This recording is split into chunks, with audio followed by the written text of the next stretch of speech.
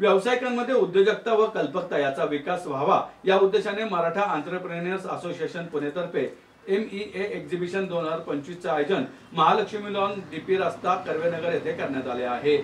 विशेष सरकारी वकील उज्ज्वल निकम यांच्या हस्ते या प्रदर्शनाचं उद्घाटन करण्यात आलं। यावेळी पुणे महापालिका आयुक्त राजेंद्र भोसले, सारथीचे व्यवस्थापकीय संचालक राजेंद्र निंबाळकर, असोसिएशनचे अध्यक्ष अरुण निमन, सचिव राजेश कोराडे, उपाध्यक्ष नितीन भोसले, कमिटी मेंबर सायली काळे, महेश घोरपडे, अभिजित जाधव, सागर तोपे, तेजस चरवड, संतोष मते, विक्रम गायकवाड, किशोर जगताप, भारती मुरकुटे, सई बहिरड आदी उपस्थित होते। यावेळी बोलताना उज्ज्वल निकम म्हणाले, मराठ्यांना दूरदृष्टी नाही अशी काही लोकांनी समजूत करून घेतली आहे, मात्र मराठा एंटरप्रेन्योर्स असोसिएशनने अशा प्रदर्शनाच्या माध्यमातून एक वेगळा आदर्श घालून दिला आहे। उद्योग करताना अनेक अडचणींना सामोरे जावे लागते, त्याला तोंड देत तरुणांना विविध उद्योग करता येणे गरजेचे आहे। राजेंद्र भोसले म्हणाले, मराठी माणूस मागे का पडतो याची अनेक पुस्तके वाचली आहेत। इतरांचे अनुकरण आणि लांबवरचा प्रवास हे आपण करीत नाही। या परिस्थितीत आता बदल होत असून मराठी तरुण उद्योजक आता देशभर पाहायला मिळतात। अति राजकारणामुळे देखील मराठी माणूस मागे राहत असल्याचे दिसून येत आहे। मात्र मराठा एंटरप्रेन्योर्स असोसिएशनने आयोजित केलेल्या प्रदर्शनांमुळे उद्योजक एकत्र येत सुसंवाद साधत असल्याचे चित्र आशादायी आहे। अरुण निमन म्हणाले, बांधकाम, वित्त, company secretary, doctors, hospitality, industrial, automobiles, FMCG, advertising, ऊर्जा, सौंदर्य, फॅशन, गुंतवणूक, IT, hotel industry, healthcare, finance यासह गृह सजावटीपासून प्रवासापर्यंत आणि सौंदर्यापासून वित्त व्यवस्थेपर्यंत सर्व क्षेत्रातील सेवा व उत्पादने एकाच छताखाली पुणेकरांना पाहायला मिळत आहेत। महाराष्ट्रातून मोठ्या प्रमाणात उद्योजक यामध्ये सहभागी झाले आहेत। नवीन व्यवसायाच्या संधी, उत्पादने व सेवांचे स्टार्टअप्स, व्यवसाय वृद्धीचे नवे पर्याय, दर्जेदार उत्पादनांची खरेदी व माहिती अशी अनेक उद्दिष्टे येथे साध्य होत आहेत। रविवार 2 मार्चपर्यंत दिवसभर प्रदर्शन सुरू असणार आहे। मराठ्यांना दूरदृष्टी नाही असा काही लोकांनी समजूत करून दिलेली आहे, पण त्याला आजचा हा कार्यक्रम हे फाटा देणार आहे।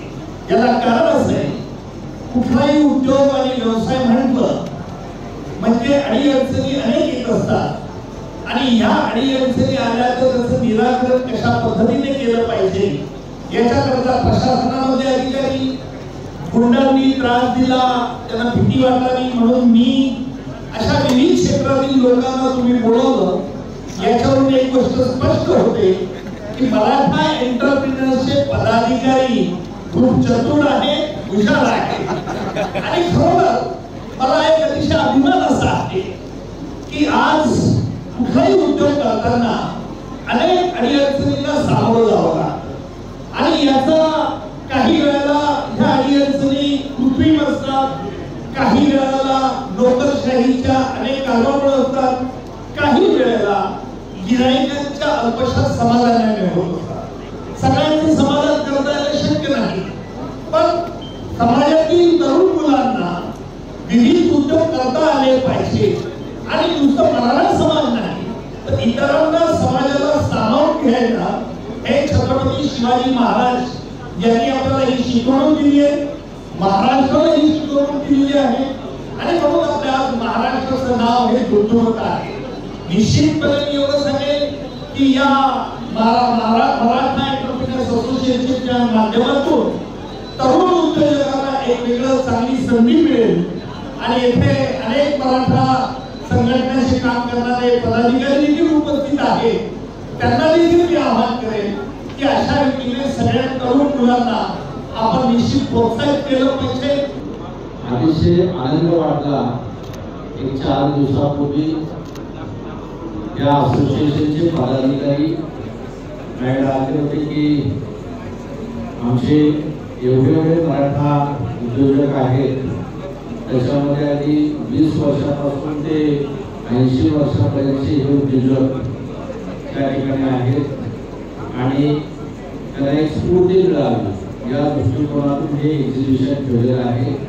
प्रथमतः या एक्झिबिशनला मी शुभेच्छा देतो आणि सर्व पदाधिकाऱ्यांना गेल्या अनेक वर्षापासून त्यांचे जे उपक्रम आहेत ते उपक्रम यापुढेही चालू राहतील अशी देखील मी शुभेच्छा देतो।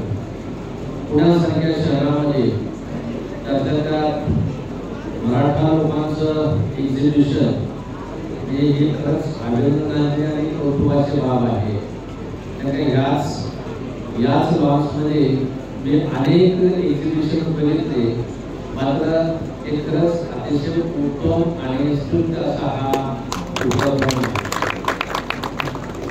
मराठी माणूस मागं का पडतो असे आम्ही आतापर्यंत अनेक पुस्तकं वाचली, अनेक ठिकाणी हे ऐकलं जातं, पण आता मला खात्री आहे की मराठी माणूस कुठेही मागे नाही, तो कायम पुढंच जाणार आहे.